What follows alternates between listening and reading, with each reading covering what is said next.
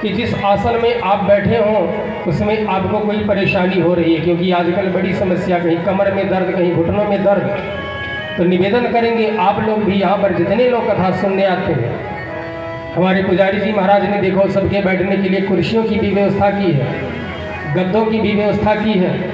तो जो आसन आपके लिए सुखद हो या पास पड़ोस से जो लोग कथा सुनने आते हैं, आपके घर पर जो आपका सुखद आसन हो उसको लेकर आवें और उस पर बैठकर कथा सुनें। तो जितासन हो, अपने आसन को जीता जाए। और दूसरी बात, जितेंद्रिय, जित श्वास हो, अपने श्वास पर नियंत्रण पाया जाए, क्योंकि श्वास का मन से बहुत बड़ा संबंध है। श्वास पर हम जितना नियंत्रण पाएंगे उतना ही हमारा मन अच्छे कार्य में लगेगा। इसीलिए खूब प्राणायाम करो। प्राणायाम का जितना अभ्यास करोगे उतना ही हमारा मन परमात्मा के चरण में लगेगा। और इसके बाद जित संगो, संग को जीतना चाहिए, क्योंकि जैसा हम संग करते हैं तो संग का प्रभाव व्यक्ति के ऊपर जरूर आता है। मेहंदी पीसने वाले के हाथ स्वयं लाल हो जाते हैं, संग का रंग जरूर चढ़ता है। आप गर्मी के महीने में कूलर चलाकर, पंखा चलाकर बैठते हैं तो संग का ही प्रभाव देखो क्या देता है, ठंडी ठंडी हवा। और ठंडी के महीने में लोग हीटर जलाकर, आग जलाकर बैठते हैं तो संग का प्रभाव देखिए क्या देता है, गर्मी। आप किसी अच्छे व्यक्ति के पास बैठोगे तो क्या देगा, जो उसके अंदर अच्छाइयाँ होगी। और गलत लोगों के पास बैठोगे तो उससे वही मिलने वाला है। इसलिए संग को जीता जाए। और चौथा, जितेंद्रिया, भगवान ने 10 इंद्रियां प्रदान की है, तो आपकी इंद्रियां आपके बस में होनी चाहिए। देखना इंद्रियों की ना घोड़े भगे, रात दिन इसमें संयम के कोड़े लगे। संयम रूपी डंडे से इन इंद्रियों को समझा बुझाकर रखना चाहिए। ये इंद्रियां कभी सुख सुविधाओं से तृप्त होने वाली नहीं है। आग में जितना घी डालो अग्नि उतना ही प्रचंड होती चली जाती है। ठीक इसी प्रकार हम अपने इंद्रियों को सुख देने के लिए जितना साधन सामग्री जुटाते हैं ना, ये इंद्रियां उन सुख सुविधाओं को पाने के लिए रात दिन और लालायित ही होती रहती है। इंद्रियों को वश में किया जाए। हमारी इंद्रियां जानते हो कैसे हैं? ऑस्ट्रेलिया के बैलून बंदर की तरह। ऑस्ट्रेलिया में एक बैलून बंदर पाया जाता है जिसकी खाल बड़ी कीमती बिकती है। तो बंदर को पकड़ने के लिए शिकारी जानते हो क्या करता है? जंगल में जाता है, एक गड्ढा खोद देता है, गड्ढे में घड़ा रख देता है, घड़े में थोड़ा सा चना डाल देता है। बंदर देख रहा है कि मेरे मौत का सराजाम जुटाया जा रहा है, पेड़ पर बैठा है, घड़े को बंद कर देता है, केवल उसका मुंह खुला है। जाल लेकर शिकारी कहीं पेड़ के आड़ में छिप जाता है। बंदर पेड़ से उतरता है, घड़े में हाथ डालता है, चना पकड़ता है, मुट्ठी बंद करता है और हाथ निकालना शुरू करता है, पर घड़े का मुंह सकरा होने के कारण उसकी मुट्ठी नहीं निकल पाती। शिकारी तब तक जाल लेकर चल देता है। बंदर देख रहा है कि मेरा मौत आ रहा है। शिकारी उसके ऊपर जाल डाल देता है, चीखता है, चिल्लाता है, छटपटाता है, पर लालच बस वो चना नहीं छोड़ पाता है, मौत को स्वीकार कर लेता है। यही स्थिति आज के लोगों की होती जा रही है। इसलिए जितेंद्रिया, जित संगो जित श्वासो जित श्वासो जित संगो जितेंद्रिया, अपने इंद्रियों पर भी नियंत्रण पाना चाहिए। साथ साथ जब आप समाधि लगाकर बैठ जाओ तो उस व्यापक ब्रह्म स्वरूप का ध्यान करो, सिर से लेकर पांव तक, सिर से लेकर पांव तक। आप जिसकी पूजा करते हो, भगवान विष्णु की पूजा करते हो, तो सिर से लेकर पांव तक उनके स्वरूप का दर्शन करो। उनके सिर का मुकुट कैसा है, कान में कुंडल कैसा है, उनकी मुस्कान कैसी है, गले में हार कैसा है ना, आदि आदि उनके सुंदर स्वरूप का दर्शन करो। शंख चक्र गदा पद्म भगवान कृष्ण के पुजारी हैं। सिर का मुकुट, अधरों पर एक बांस की बंसी लगकर उनके अधर का रसपान करती रहती है। टेढ़ी कमर किए हुए खड़े हैं, उस टेढ़ी टांग वाले के स्वरूप का दर्शन करो। माता जी के पुजारी हैं, उनके स्वरूप का दर्शन करो। भगवान शंकर के पुजारी हैं तो भगवान शंकर के मंगलमय स्वरूप का दर्शन करना चाहिए। आइए प्यारा सा भाव इस गीत के माध्यम से आप लोग श्रवण करते हैं।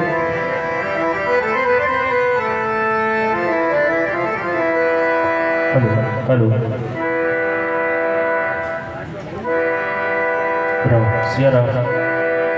हेलो हेलो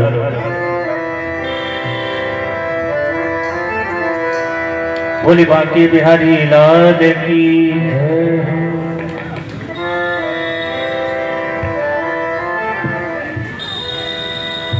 वो जिस देश में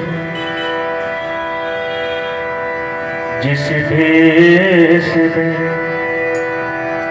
वो जिस देश में जिस भेष में परदेश में रहो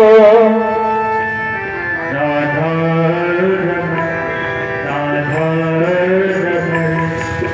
राधा रमण कहो।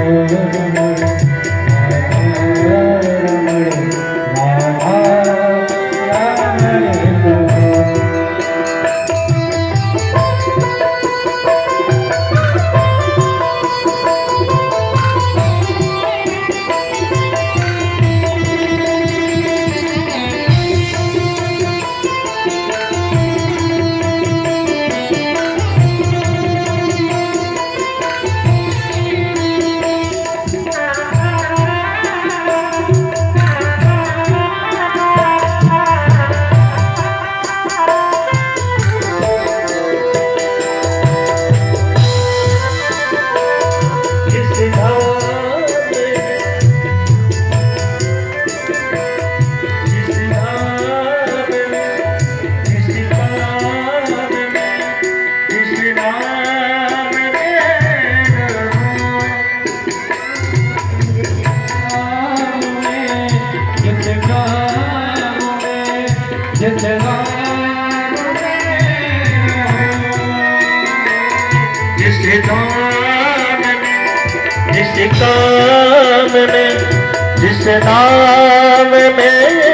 रहो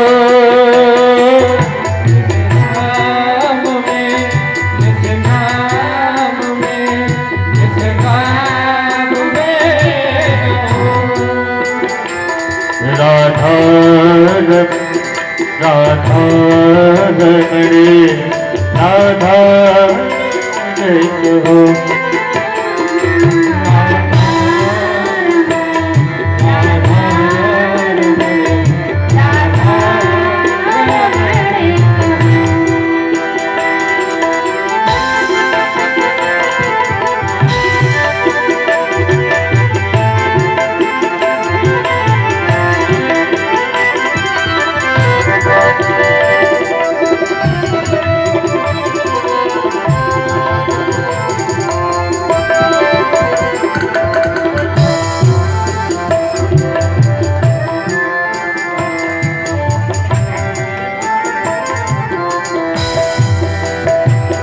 जिस संग में जिस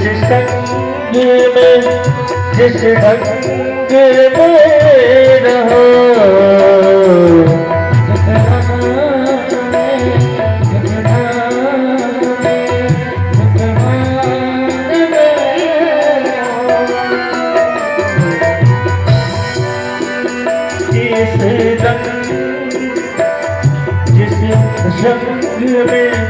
जिस ढंग में रहो राधा राधा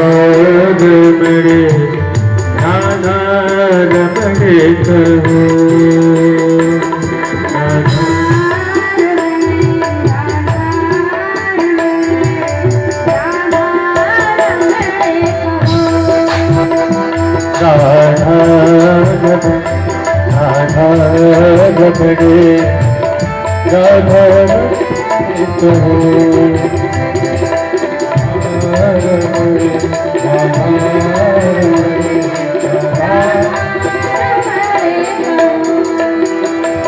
जिस ध्यान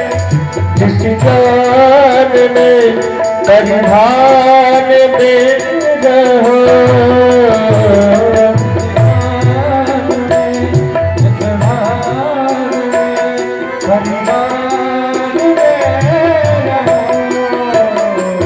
जिस ध्यान में जिस ज्ञान में परिधान में रहो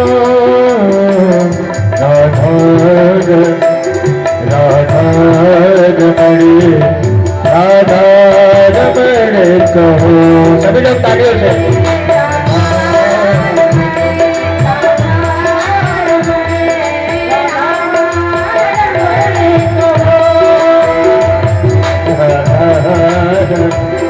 राधा रमणे राधा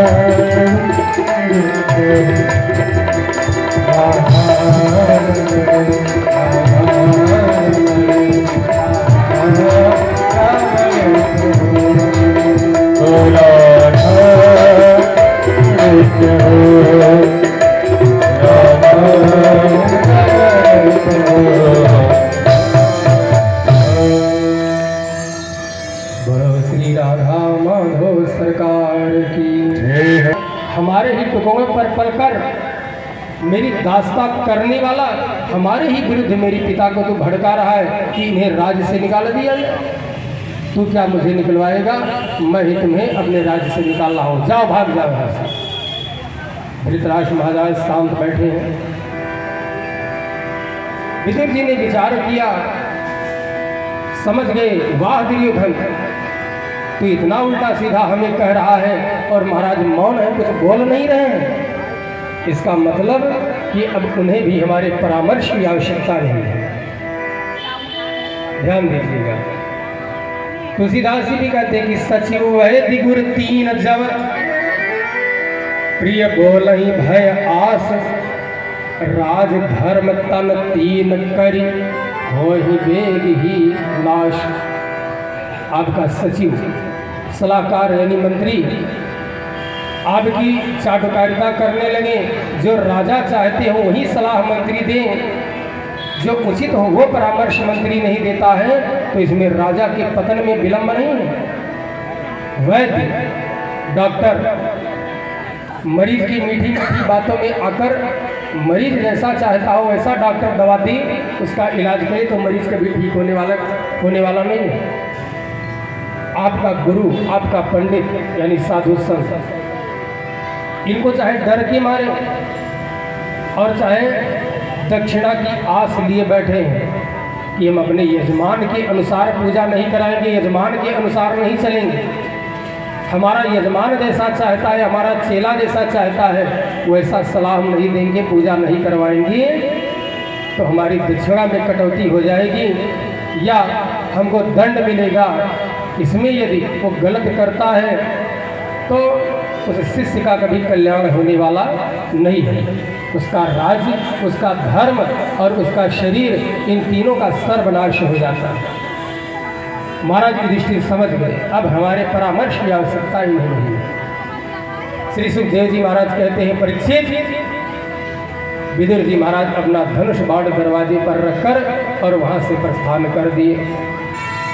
स्वयं धनुर्द्वारि निधाय मायाम गतव्यो या दुर्योमानयानः स निर्गतः कौरव पुण्य लब्धो गजाह्या तीर्थ पदाः पदानि।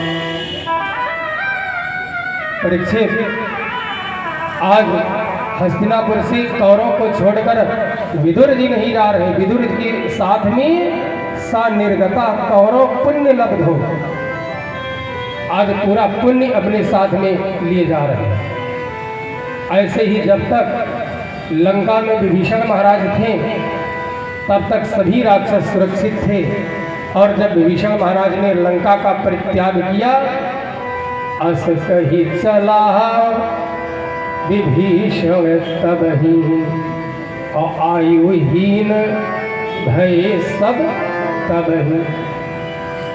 जब तक लंका में विभीषण महाराज थे तब तक सभी निशाचर सुरक्षित थे, और जैसे ही विभीषण महाराज ने लंका का परित्याग किया सभी राक्षस आयुहीन हो गए। ऐसे ही विदुर जी महाराज जब तक कौरव के पास में थे सभी कौरव सुरक्षित थे, और जैसे ही कौरव का तीर्थाटन किया, एक दिन यमुना के तट पर उनको महाभागवत परम सखा परम प्रिय श्री उद्धव जी से भेंट वार्ता हो गई। एक दूसरे का अभिनंदन किया। फिर विदुर जी ने प्रश्न किया, भैया उद्धव, अरे हमें तो बहुत दिन हो गया हस्तिनापुर छोड़े हुए, और आप तो काफ़ी दिन तक वहाँ पर रहे। ये बताओ कैसे हैं हमारे प्रभु, और द्वारिका में कौन कौन है, वहाँ का सारा समाचार हमें सुनाने की कृपा करो। तो उद्धव जी ने भगवान कुछ देर के लिए भगवान के ध्यान में उनके धाम चले। कुछ देर के बाद उनकी आंख खुली। कहा, भैया विदुर जी, जब तक भगवान इस धराधाम पर थे हम लोग उनके महत्व को नहीं समझा, वो हम सबको छोड़कर परम धाम चले गए। पांडवों को विजय श्री दिलाए।